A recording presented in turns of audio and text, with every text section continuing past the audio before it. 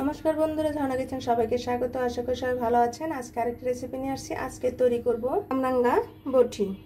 আমরা এখানে কামরাঙ্গা ভালোভাবে ধুয়ে এভাবে চিকন করে এভাবে কেটে নিয়েছি।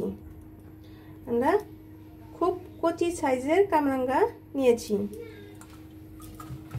আর আমরা এখানে নিয়েছি নদীর চাপিলা মাছ। খুব সামান্য উপকরণ দিয়ে কামরাঙ্গা বটি করব, চাপিলা মাছের কামরাঙ্গা বটি।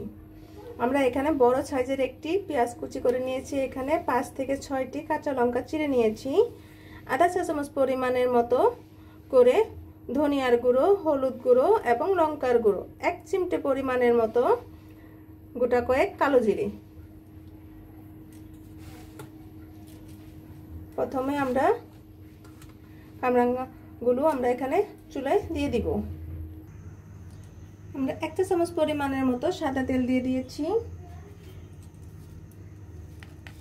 এখন পেঁয়াজ কুচি এবং কাঁচা লঙ্কাগুলো দিয়ে দিব।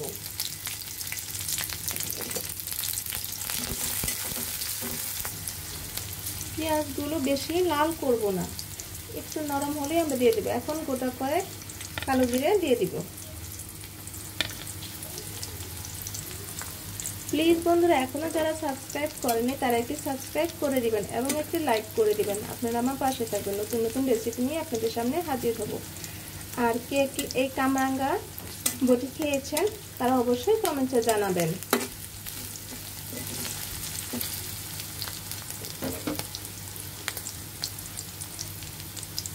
এখন কেটে রাখা কামরাঙ্গাগুলো দিয়ে দিবেন মাঝে।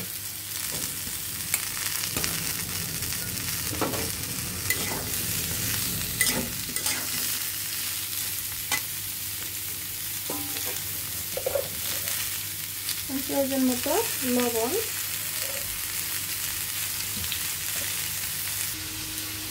আমরা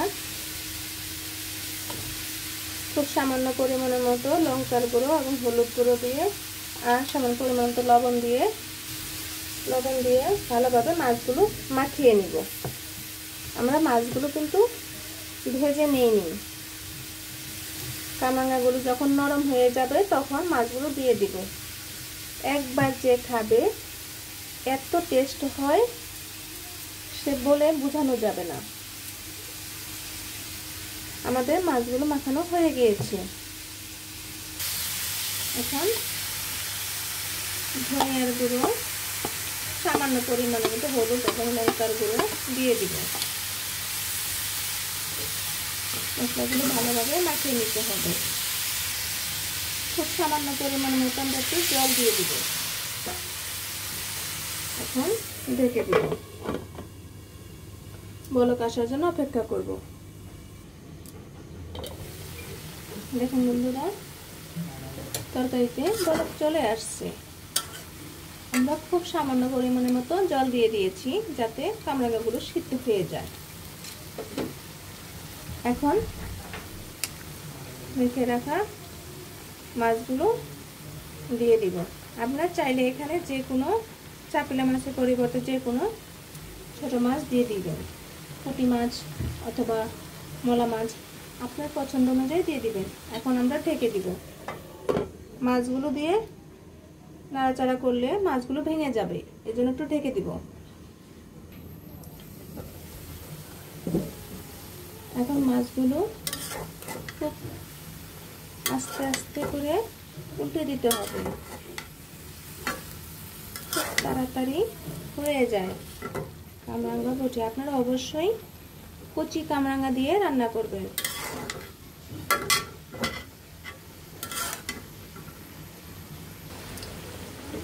আমাদের কামরাঙ্গা বটি হয়ে গিয়েছে, এখন আমরা নামিয়ে নিব। দেখুন বন্ধুরা, আমাদের কামরাঙ্গা বটি হয়ে গিয়েছে। কত সুন্দর দেখাচ্ছে এবং খেতে অনেক অনেক টেস্ট হয়েছে। আপনি যদি একবার এভাবে খান আর অন্য কোনো কিছুই লাগবে না, এক থালা ভাত অনায়াসেই খাওয়া হয়ে যাবে, এতটাই টেস্টি হয়। ভিডিওটা দেখার জন্য ধন্যবাদ। Thank you.